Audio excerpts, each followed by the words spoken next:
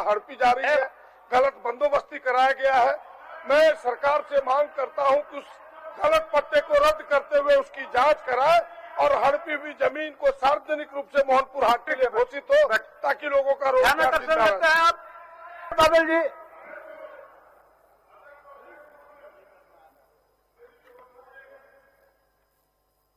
नहीं, ध्यान आकर्षण चल रहा है वो नहीं। मेरी व्यवस्था ये है कि क्या झारखंड कार संचालन प्रक्रिया नियमावली में या कोई प्रावधान है क्या कि कोई माननीय सदस्य कहे कि ना मुख्यमंत्री से ही उत्तर लेंगे तो मुख्यमंत्री को उत्तर देना पड़ेगा?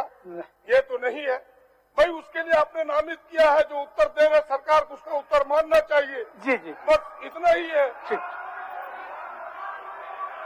बादल जी, प्रदीप यादव जी, बोलने की जरूरत नहीं है, सब आप समझ रहे हैं। जितना अध्यक्ष महोदय, मैं आपके बात से ही प्रारंभ करता हूं अपने विचारों को। आपने अध्यक्ष महोदय जो व्यवस्था दी है, आप शिक्षा पर बुलवाना चाहते हैं। शिक्षा न लोअर प्राइमरी, अपर प्राइमरी, माध्यमिक शिक्षा, उच्च शिक्षा, तकनीकी शिक्षा, फिर 33% वन पर आप जो राज्य का 33% भूभाग है, फिर हेल्थ पर आप बुलवाना चाहते हैं महोदय। अगर हवाई जहाज से भी यात्रा करेंगे तो 1 घंटा लगेगा, रॉकेट से। और आप कहते समय अध्यक्ष महोदय समय बढ़वाइए, 8 बजे तक बहस कीजिए। हमें नहीं लगता कि किसी को एतराज होगा। सब लोग बोलना चाहते हैं, इन चीजों पर बुलवाना चाहिए। सरकार के पास डायलॉग जाएंगे नहीं तो सरकार की फिर अकल खुलेगी कैसे अध्यक्ष महोदय? सरकार को भी उत्तर देना नहीं, सरकार उत्तर दे। हम प्रारंभ करिए। बस काइंडली हम जानते हैं कि आप एकदम संक्षेप आपकी बातों को ध्यान में रख के ही अपनी बात को प्रारंभ करूंगा। अध्यक्ष महोदय,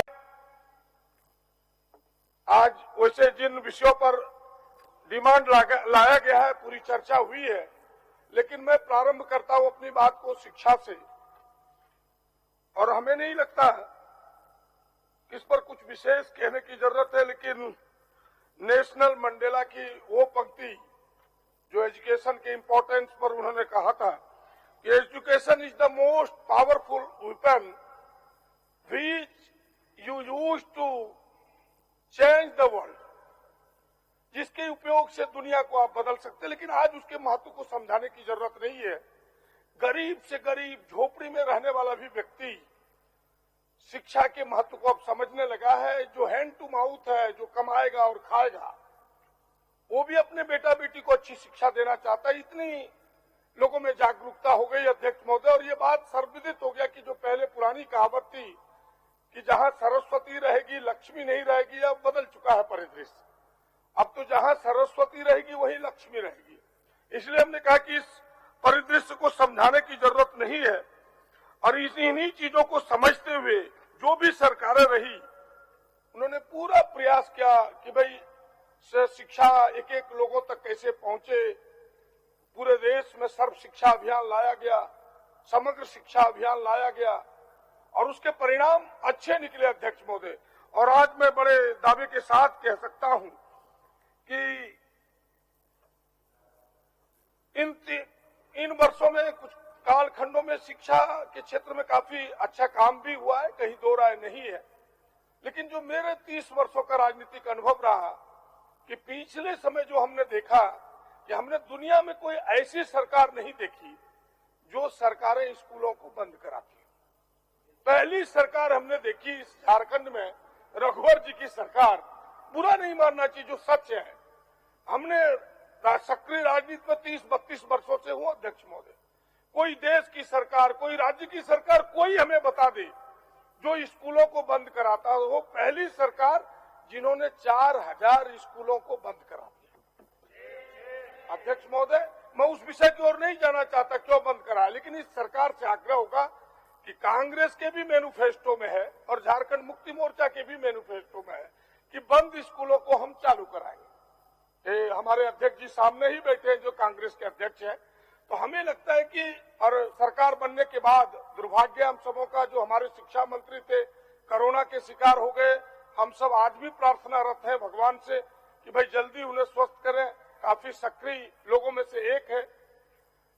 तो उन्होंने भी कहा था कि इन बंद स्कूलों को हम जल्दी शुरू कराएंगे, सरकार की इच्छा। तो मेरा इतना ही आग्रह होगा, इस पर सरकार को जरूर विचार करना चाहिए क्योंकि यह शिक्षा क्षेत्र में एक बड़ा काला धब्बा है। उन स्कूलों को खुलवाने का प्रयास करना चाहिए। एक तो पहली बात यह अध्यक्ष महोदय। दूसरी बात मैं कहना चाहता हूं अध्यक्ष महोदय, दूसरी बात ये कि जो मैंने कहा कि भाई शिक्षा के क्षेत्र में अच्छा काम हुआ है और उसके कई प्रमाण है कि अगर आप देखें तो नेट एनरोलमेंट रेशियो देखें तो प्राइमरी स्कूलों में तो 90% से अधिक है अध्यक्ष महोदय, और ये राष्ट्रीय सर्वे बताता है, ये झारखंड का।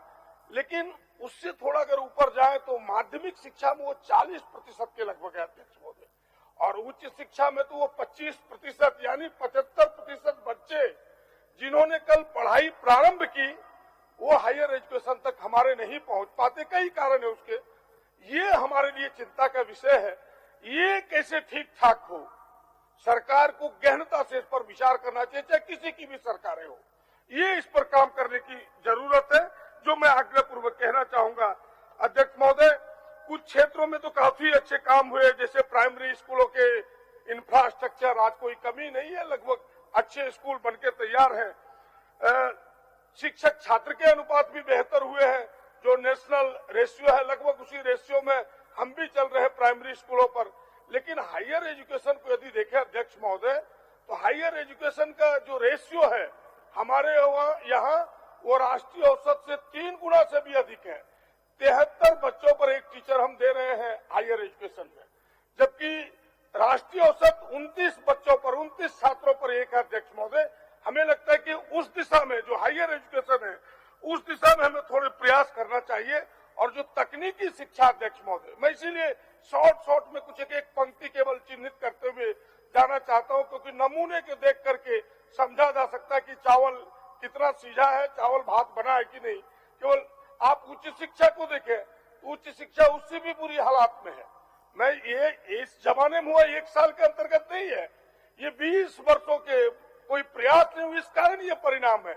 आप पॉलिटेक्निक केवल एक नमूना आपके सामने रखता हूं कि राज्य में 15 सरकारी पॉलिटेक्निक है। आपको सुन के घोर आश्चर्य होगा कि मात्र 4 पॉलिटेक्निक कॉलेज में आज प्रचार्य है, 11 बिना प्रचार्य के अध्यक्ष महोदय। तो ये स्थिति बताती है कि हमारी स्थिति क्या है। हमें और बेहतर करने का प्रयास करना चाहिए। इस सरकार ने प्रयास प्रारंभ किए हैं, हमें लगता है कि इस प्रयास को थोड़े और तेज करने होंगे, तभी ये परिणाम, सुखद परिणाम हमारे सामने आएगा। अध्यक्ष महोदय, केवल शिक्षा विभाग में जो उनके पदाधिकारी और कर्मचारियों के कारण जो लोगों को झेलना पड़ता है, मैं उस ओर ध्यान आकृष्ट करना चाहता हूं। आपने देखा होगा कि उस समय एक सवाल आया था कि भाई दर्जनों नहीं कहिए, सैकड़ों नहीं, हजारों केस आज शिक्षा विभाग के हाईकोर्ट में होंगे अध्यक्ष महोदय, और इसमें कहीं दो राय नहीं है। और छोटे छोटे काम है, चाहे वो जिला स्तर के अधिकारी हो, चाहे सचिवालय स्तर के अधिकारी हो। अधिकारी से तो कहीं उनके सचिवालय के कर्मचारी अधिक पेचीदे हैं। और मैं तो उस विभाग का मंत्री रह चुका हूं, एक एक चीजों को जानता हूं। उनके पास केवल निगेटिव अप्रोच है, पॉजिटिव अप्रोच उसके पास कुछ होता नहीं। हमने उस दिन भी आग्रह किया था, आज माननीय मुख्यमंत्री है, पूरी सरकार बैठी है, कि भाई इन समस्याओं को निष्पादन के लिए सरकार को चाहिए कि स्वयं एक न्यायाधिकरण का गठन करे, ताकि लोगों को हाई कोर्ट का चक्कर न लगाना पड़े। उनकी समस्याओं का निष्पादन यही एजुकेशन विभाग ही कर दे अध्यक्ष महोदय, क्योंकि हम जाए तो कहाँ जाए। और कई समस्या है एजुकेशन में अध्यक्ष महोदय, ये कहानी माननीय सदस्य, बिल्कुल मैंने तो एक एक पंक्ति छुआ अध्यक्ष महोदय। केवल आप 5 मिनट तो आपको देना है, 5 मिनट से अधिक नहीं लूंगा अध्यक्ष महोदय। केवल मैं कह रहा हूं कि एक एक चीजों को केवल इसलिए कह रहा हूं अध्यक्ष महोदय कि ये कहानी, ये स्क्रिप्ट एक दिन में नहीं लिखी गई है, ये बरसों बरस में ये चीजें सामने आई है, लेकिन ठीक करना हमारा काम है। मैं ध्यान दिलाना चाहता हूं सरकार का कि भाई मदरसों के आधुनिक शिक्षाकरण के लिए अध्यक्ष महोदय एक योजना आई थी SPEM, ये योजना थी special programme for quality education in madrasa. अध्यक्ष महोदय, यह प्रश्न भी आज था, वो प्रश्न में बहस नहीं हो पाया, सरकार ने उत्तर दिए है। सरकार के उत्तर ये है अध्यक्ष महोदय कि भाई ये भारत सरकार की योजना है और भारत सरकार ने 15-16 से ही पैसा देना बंद कर दिया है। हमको उससे ऐतराज नहीं है। मैं जानता हूं कि मदरसों के प्रति भारत सरकार को नफरत, वो पैसा देना नहीं चाहती है, ये मुझे पता है। लेकिन राज्य सरकार ने चिट्ठी कब लिखी, इससे मुझे एतराज है। राज्य सरकार ने जो पत्र लिखा है अध्यक्ष महोदय, वह 19/2/2021 को, यानी इनके पदाधिकारी बैठ के करते क्या है। इतनी बड़ी योजना, 4 सालों से उसमें काम करने वाले शिक्षकों को मानदेय नहीं मिला। एक एक शिक्षकों को 6,000 रुपया मानदेय मिलता है अध्यक्ष महोदय, 4 सालों से मानदेय नहीं मिला और इन्हें पत्र लिखने का फुर्सत नहीं है। इसलिए हमने कहा कि भाई सरकार को थोड़ी इन विषयों को गहनता से और गंभीरता से लेना होगा, तभी इसके समाधान होंगे। केवल हम पीठ थपथपा देंगे, उससे समाधान होने को नहीं अध्यक्ष महोदय। और मैं दूसरी बात, जिस पारा शिक्षक की बात आई है अध्यक्ष महोदय, मैं तो यहाँ से विनम्र आग्रह करूंगा पारा शिक्षकों को कि जब सरकार पॉजिटिव दिशा में बढ़ रही है, मैंने जो बात की है सरकार के लोगों से, सरकार में बैठे हुए तमाम लोगों से, कि सरकार इसका समाधान चाहती है। माननीय तमाम सदस्यों को भी चाहिए कि उन्हें समझाने का प्रयास करें कि आप आंदोलन को छोड़िए, पहले सरकार देखिए आपके लिए क्या करना चाहती है। सरकार जब कह रही है, मुख्यमंत्री ने भी घोषणा किया है कि हम उनके अस्थायी समाधान के प्रयास कर रहे हैं, उसके लिए समितियां बनाए, लेकिन मेरा एक और उसमें आग्रह होगा कि भाई उन लोगों को डर इस बात का है कि नई शिक्षा नीति आई है, उन लोगों को यह भय समा है कि नई शिक्षा नीति जैसे ही लागू होगा अनुबंध कर्मी हट जाएंगे तो मेरा भविष्य क्या होगा। इसलिए सरकार को एश्योर करना चाहिए कि पारा शिक्षकों की समस्या का समाधान होगा। कस्तूरबा विद्यालय में कार्यरत है वो मान्य सदस्य कुछ समझ, केवल 3-4 पंक्तियां अध्यक्ष महोदय, कुछ दूसरे सदस्यों के लिए भी छोड़ दीजिए। शिक्षक शिक्षिकाएं हो, शिक्षक कर्मचारी हो, दैनिक भोगी हो, चाहे मॉडल स्कूल में हो, एकेडमिक काउंसिल में काम करने वाले लोग हो, या पूर्व बहालियां जो पाइपलाइन में अब तक पेंडिंग है, जिसे सरकार ने केवल निरस्त कर दिया तो उससे पिंड नहीं छूटेगा, उसके भी समाधान के रास्ते निकालने में अध्यक्ष महोदय। और मैं केवल अल्पसंख्यक विद्यालयों की ओर आपका ध्यान आकृष्ट करते हुए आपके माध्यम से अध्यक्ष महोदय, कि अल्पसंख्यक विद्यालयों के लिए अभी सरकार ने एक प्रयास किया, एक संकल्प जारी किया है, वो एक छोटा समाधान है, वो अस्थायी समाधान नहीं है। सरकार को गैर सरकारी सहायता प्राप्त प्रारंभिक विद्यालय नियमावली उन्हें बनानी चाहिए, जिससे उसका अस्थायी समाधान होगा अध्यक्ष महोदय। और एक महत्वपूर्ण बात कि नेतरहाट विद्यालय सबसे, जो अभी माननीय मुख्यमंत्री जी उसे देखने के लिए भी गए थे, उसकी स्थिति क्या है कि 47 स्वीकृत शिक्षक बल के विरुद्ध अध्यक्ष महोदय केवल 20 कार्यरत है अध्यक्ष महोदय।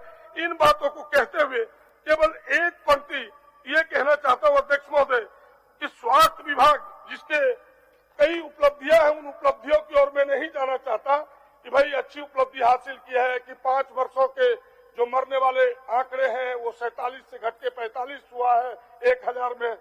संस्थागत प्रसव में भी अच्छी प्रगति है, कोविड-19 में बेहतर काम किया है। तमाम लोगों को मैं बधाई और हृदय से शाबाशी देता हूं, लेकिन स्वास्थ्य विभाग को थोड़ी और मशक्कत करनी होगी।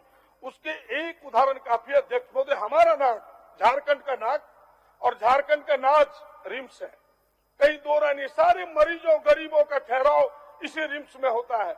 लेकिन कितने शर्म की बात है कि पूरे रिम्स को हमने मेडाल के भरोसे छोड़ दिया। आपके यहाँ एक सीटी स्कैन 1 साल से अधिक होगा, सरकार के नाक के नीचे है, सरकार के आंख के सामने है, और आप सीटी स्कैन ठीक नहीं करा सकते। कैसे सरकार को कहे कि आप बेहतर कर रहे हैं इन चीजों को?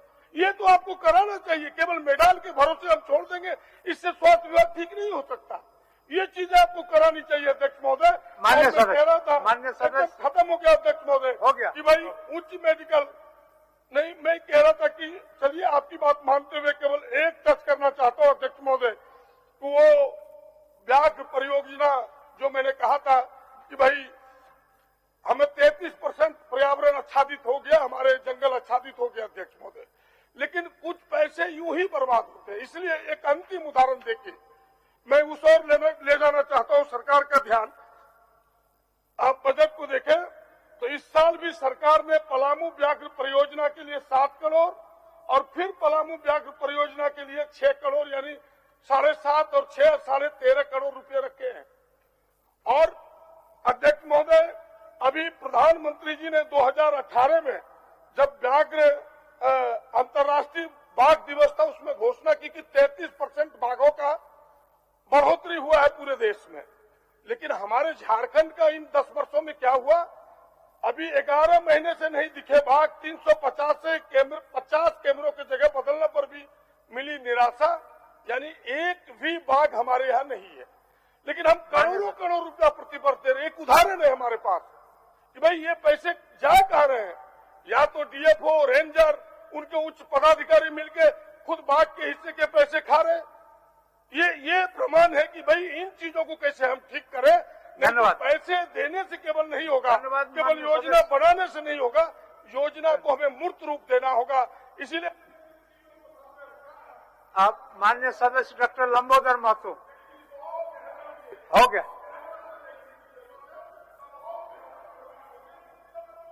डॉक्टर लंबोदर महतो